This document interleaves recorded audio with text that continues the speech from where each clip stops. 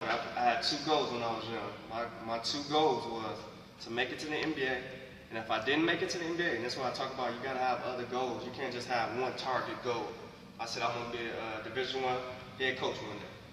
So I knew, all in all, I wasn't good enough by the time I got to my sophomore, junior year in college, that I wasn't good enough to make it to the NBA, but I always strived to be a Division I coach.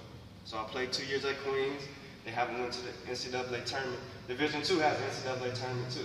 There's a lot of Division II players that you may not know, and I'll name them, that plays in the NBA. Devin George, he played in the NBA, he went to Division II.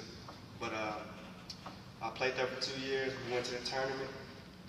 Then I ended up leaving there, and off of sacrifice and off faith in God, I turned down 2 job interviews to be a graduate assistant basketball coach. A graduate assistant is you get your school paid for, your housing, you get a little stipend, but basically you get your school paid for. So I turned it down to go volunteer at Hampton University. I told you, Coach Jordan said, one day I'm gonna hire you. He hired me. Now I've been at Hampton for the last 2 years. But that's my story as far as, having trusting in God and believing in God and never burn any bridges. Make sure you're nice to everybody, because you never know. You never know if one day I might hire one of you guys. Or maybe I'll be coaching the NBA, you never know. Always know who you're talking to and understand who you're talking to. But to get past that, I'll tell you a little bit, that was my story about how I'm coaching, but I'll tell you a little bit personally about myself. I'm raised right outside Chicago. I got 4 older brothers, I'm the baby boy. I got 1 sister that's younger than me. Every male in my family has been shot and shot at beside me. Because we're from, rough neighborhood. My mom tried to move to another neighborhood each time. My brother, my freshman year of high school, my brother got shot and killed.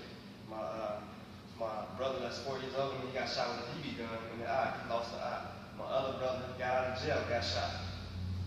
My sister, she never been in any of that. But my father was a taxi cab driver, got shot in the arm. So everybody's been shot in my family. And to say that, I got 4 brothers, and they're all been in and out of jail. I'm the only one that's never been in and out of jail. Not to say I'm a good two-shoes, but and a lot of people ask me, who was my role model?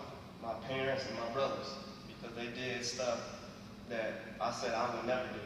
One of my brothers, he's addicted to drugs. One of my brothers he was an alcoholic, but now he's off of it, but he's an alcoholic. One of my brothers was a gang leader, a big-time gang leader. The guy that died, he's a gang leader.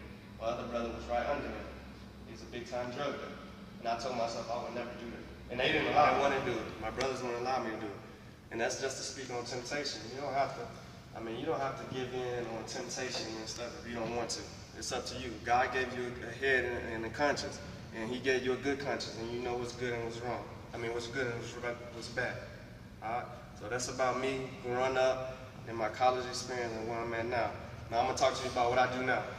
I'm one of the youngest Division I assistant coaches in the country. I'm 27 years old. I'm the recruiting coordinator at Hampton. I do recruiting. I do all the scouting when I scout the other team. I do a lot of that stuff. So a lot of my personal time is geared to that. If I'm not at church, reading the Bible or doing something positive, I'm doing that. I'm single, so I don't have a lot to do besides that. That's what I love to do, and I do as well as I can. And I'm my biggest critique. A lot of kids today, a lot of you guys don't want to critique yourself. If I make a mistake, I'm my biggest critique. There's nothing you guys can say, my boss can say that I already didn't see.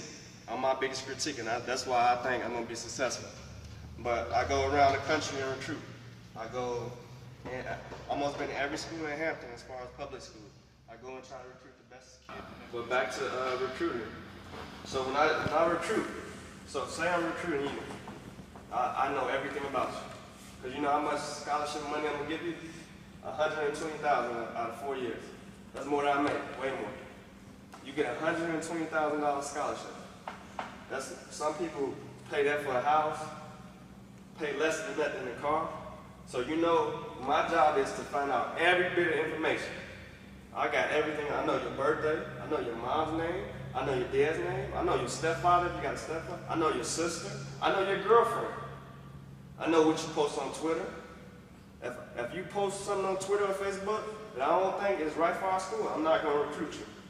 If you talking something crazy on Twitter, I'm not recruiting because I don't have time. Because this is just the Hampton area.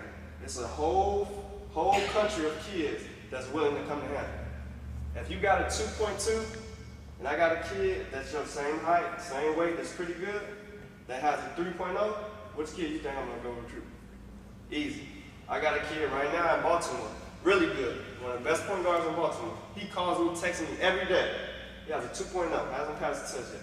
I call to tell his coach, Coach, he hasn't passed the test, what do you want me to do? I can't do anything if you haven't passed the test and you got a 2.0. When you pass the test, you still gotta get, since you got a 2.0, it's a sliding scale. So he gotta get an amazing test to even be eligible to play Division I basketball. So a lot of kids don't know that. I check your Facebook, I check all that. It's rarely you can hide anything from that I'm not gonna find. I mean, I'm gonna talk to your mom, I'm gonna talk to your coach. I'm gonna go ahead, when I talk to school, I'm gonna talk to the janitor. I'm gonna find out every bit of piece of information because I'm giving you, it's 1 year renewable, a Division I scholarship. So first year is $30,000. Hampton is cost 30, a little bit over $30,000 to go there. So if you don't do what you have to do once you get there, we can take your scholarship away. So if you're not going to class, and we make you sign a contract of our own, if you're not going to class, if you're not doing what you're supposed to do, we can take it away. So when you guys, I know all you guys, I have Twitter, and I'll give you all my Twitter, I'll give you my cell phone and all that before we leave. I'll give it to Brother Dave before we leave so you can guys can contact me. But when you have Twitter, make sure you put appropriate stuff up there.